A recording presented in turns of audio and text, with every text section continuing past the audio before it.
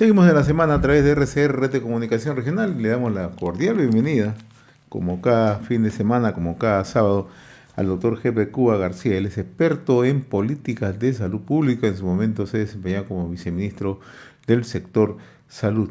Y esta semana ha escrito un artículo muy interesante en el portal de opinión El Montonero, ¿no? Referido a la Amazonía y los temas pendientes en salud, ¿no?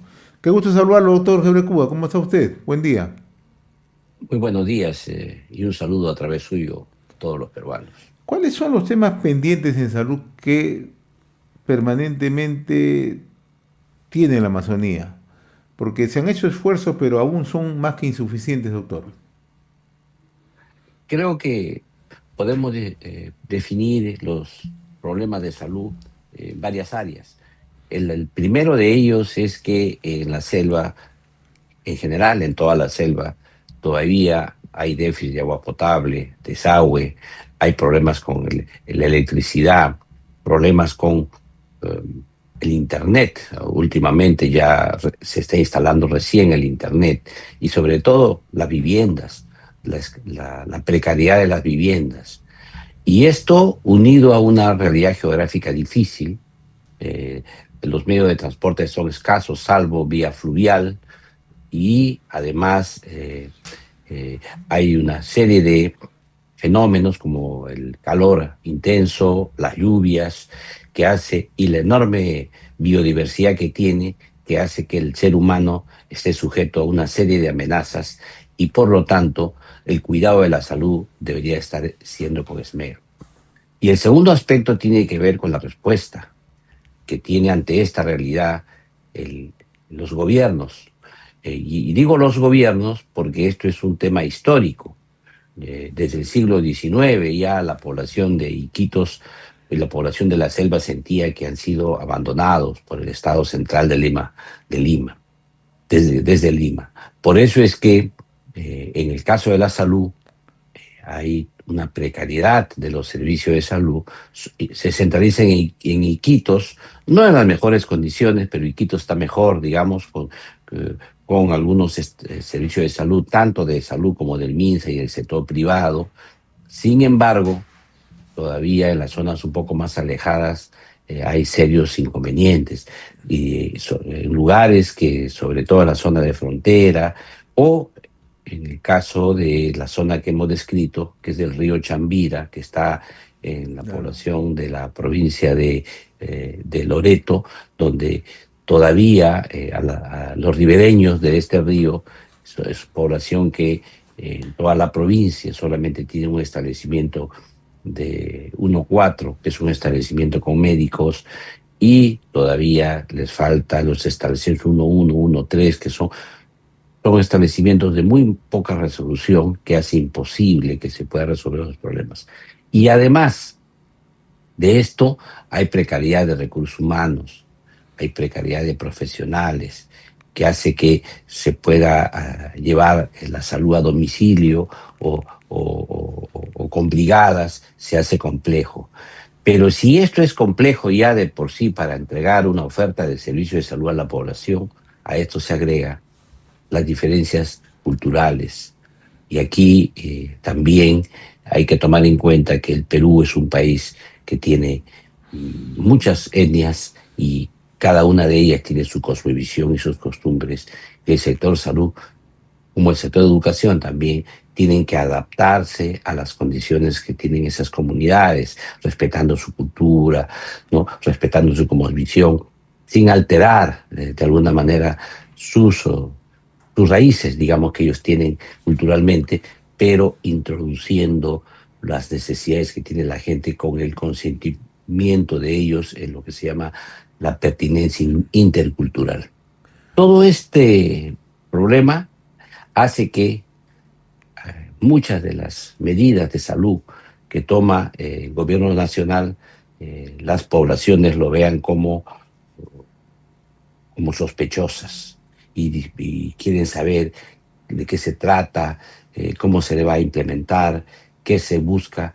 Ellos tienen la idea que quizá a través de algunas intervenciones que vienen desde Lima, sutilmente se puedan puedan hacerles daño.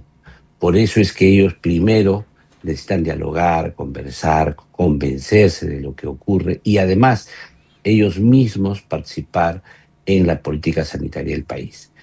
Y esto tiene, como sabemos, hoy día con el tema del acceso a la información, que también le llega a ellos de alguna manera, porque hay líderes que pueden salir o líderes, o hay centros comunales que ya tienen internet, por ejemplo, que hace que estén informados. Y todos estos debates mundiales que hay, por ejemplo, en el tema de la vacuna, el tema de las discusiones que ha habido científicas sobre la pertinencia o no de vacunar, etcétera, todo esto ellos lo replican en sus comunidades y eso es lo que ellos quieren escuchar.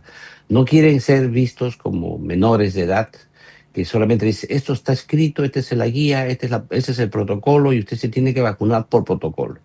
Eso no es posible manejar con las comunidades nativas porque ellos tienen que participar activamente en el debate que ha habido a nivel mundial, pero lo hacen ellos en chiquito ahí, con la población, con los niveles científicos que tienen nuestros profesionales, y en ese proceso ellos, si aceptan la intervención sanitaria desde Lima, luego necesitan participar para fiscalizar que todo lo que se acordó en esas conversaciones previas se implemente adecuadamente. En el Perú ha habido experiencias en el pasado, inclusive con muertes de brigadistas que han ido a estas comunidades que, como es lo natural, han sido catalogados como choque intercultural. Sin embargo, para esta realidad es que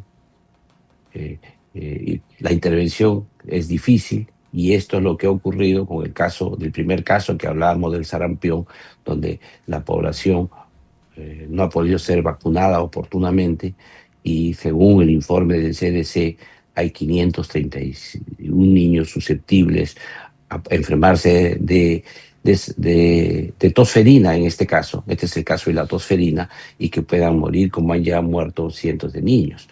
Y el caso de Puno es idéntico, el caso de la falta de vacunación también para evitar el sarampión demuestra la escasa cobertura de vacunación que tiene Puno precisamente por este diálogo intercultural que se complica con los demás temas que le ha hablado usted de la escasez de recursos humanos, la precariedad de los servicios de salud y todos los demás problemas que hemos conversado. Doctor, usted ha hecho una descripción bastante sucinta de los problemas que tiene nuestra Amazonía y que arriban precisamente a las necesidades de poder tener una mejor atención en los servicios de salud, ¿no? El tema de la falta de agua, el tema de la electricidad, el tema de la conectividad, ¿no?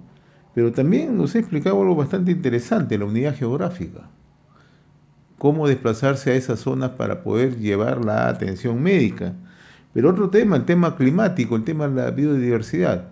Y quizá otro tema que no puede dejarse al margen, justamente el tema de las diferencias interculturales que tenemos, ¿no? Ahora, ¿cuán difícil es romper todos estos temas y poder llegar a explicar y hacer una intervención donde intervenga tanto comunidad e intervenga tanto Estado? Ya está diseñada la política. ¿Ya? Se dio un decreto supremo, el 019-2024, que crea las redes integradas de salud. De hecho, ya en esa provincia de Loreto, por ejemplo, que hablábamos, ya Claro. hay una, ya hay una red integrada de salud. Y estas redes integradas de salud también tienen comités distritales de salud. Y los comités distritales de salud es el espacio precisamente donde se conversa interculturalmente con la población para que esta población pueda no solamente decidir la política pública que se va a implementar, sino que contribuya a su implementación y además también goce de los resultados, porque finalmente, si esto va bien, ellos van a ser los principales beneficiados. Pero, pero el problema está que hay necesidad de que los funcionarios que están en Lima, sobre todo los funcionarios de la alta dirección, ministro y dos viceministros y secretario general, esos son la alta dirección del Ministerio de Salud, por ejemplo, ellos cambien la mentalidad y se den cuenta que lo importante en cualquier actividad o cualquier intervención en salud pública, estos comités distritales funcionen. Y que estos comités distritales tomen decisiones en el territorio. Mire usted el nombre, no es consejo, no, es comité. Un comité es un tema operativo. Por eso este comité se reúne, ven todas las ventajas que hay, por ejemplo, de vacunarse, ¿no? Ven, se revisa con ellos la literatura internacional, nacional y todos los que haya, se discute los temores que tiene la población, se llega a acuerdos y se vacuna. Pero, ¿qué ocurre en la práctica? En la práctica vienen brigadas, porque eso es lo que hacen, para eso dan el dinero como el decreto de urgencia que estamos hablando, contratan brigadas, entran y van a vacunar. Claro, por ahí contratan un enlace, un nativo que les va a servir de enlace, pero los nativos no han tomado la decisión. Los líderes no han conocido el tema. El tema no es idiomático. El tema no es solamente que necesito un traductor. Eso no es el tema. El tema es todo un proceso, ¿no? Para poder conversar, tender puentes y llegar a acuerdos en favor de ellos mismos. ¿Qué es lo curioso? Lo curioso es que esto ya está implementado, ya en la totalidad de distritos del Perú está implementado, las poblaciones están participando, pero ahora que han sacado estos dos decretos supremos de emergencia sanitaria que comento en el artículo, tanto el 007-2026 SA como como el 008-2026 SA, ellos no plantean, omiten por completo la participación de los comités distritales. ¿Y a quién va dirigido esos decretos de urgencia? A las comunidades nativas, a las poblaciones. Esa es la crítica más grande que se puede hacer a la forma de gobernar desde Lima.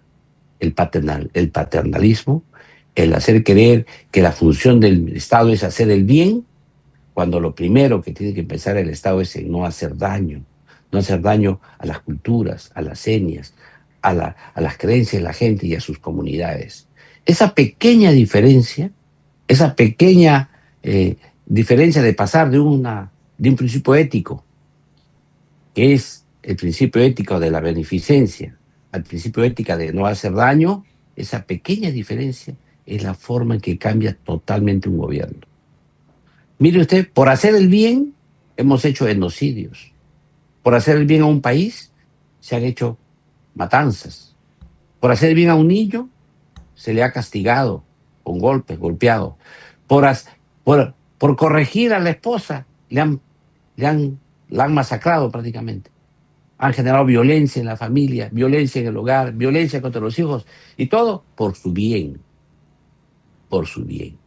Esa mentalidad de hacer el bien ha cambiado el mundo.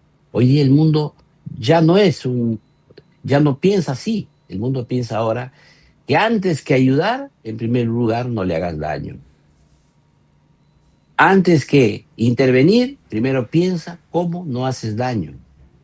Antes de intervenir en una comunidad, tienes que pensar cómo no hago daño a esa comunidad.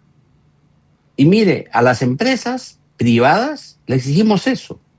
Le exigimos que se hagan pruebas para enfermedades, le exigimos que no me cuiden el medio ambiente, etc. Todos esos requisitos de impacto ambiental que tiene que haber, que el impacto ambiental obviamente no es solo el ambiente, sino también los ciudadanos que están ahí. Sin embargo, cuando interviene el Estado, interviene como el elefante en la vidriera, destruyendo todo. Por eso es que estos dos decretos que han salido, es la demostración clarísima de la incomprensión del fenómeno cultural, del fenómeno intercultural que tiene el país. Esa es la realidad. Por eso es que he criticado y critico estos dos decretos supremos, porque no entran al meollo del punto, a los actores. Y los actores son las propias comunidades a través de sus comités distritales de salud.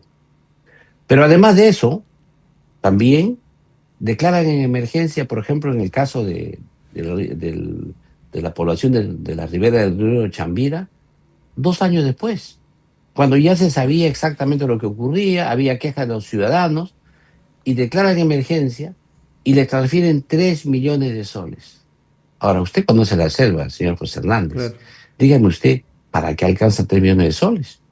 Si solamente el viaje por río vale 10.000, 15.000, 20.000 soles, Sí. porque las distancias son enormes, el combustible y toda una población ribereña.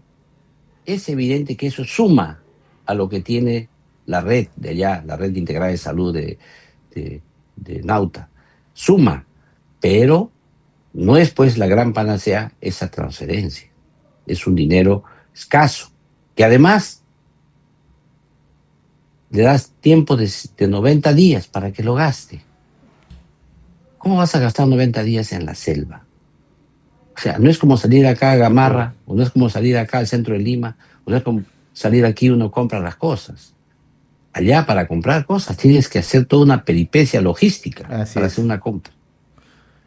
Y el otro tema es que lo grave de todo esto, lo grave, es quién va a fiscalizar ese dinero. Porque, claro, entrego el dinero y ¿cómo lo gasta si la comunidad organizada no participa en saber cómo se gasta el dinero en el lugar? En el lugar. Sí. Porque finalmente en Iquitos ya está el informe listo, pero se hizo. ¿Quién va a ir a fiscalizar? Que va a viajar el director regional de salud hasta esas comunidades a vigilar si se gastó el dinero. Entonces yo creo que ese tema le quita también transparencia. Así es. Es poco el dinero, se gasta poco transparente y no con los actores adecuados para intervenir. Y para finalizar, mucha improvisación. Bueno, dan un decreto de urgencia tardío. Mire usted cuándo dan el decreto de urgencia, el decreto supremo, perdón, de emergencia sanitaria, fines de mayo. O sea, en enero, febrero, marzo, abril, ¿qué han hecho? Ahora, mayo, junio, julio ya no hay plazos. 90 días ya estamos en octubre. Ya no hay forma de gastar el presupuesto del próximo año. O sea, todo este tema es una improvisación, pero sí da la sensación que haces algo. Da la sensación que intervienes. Da la sensación que eres un buen gobierno. Sin embargo, trabajas con exclusión social. Ese es el retroceso. Muy bien, doctor Heber Cuba. Yo le agradezco como siempre la amabilidad que tiene con RCR, Red de Comunicación Regional. Saludos, muy amable como siempre. Buen día. Un abrazo una vez más. Gracias.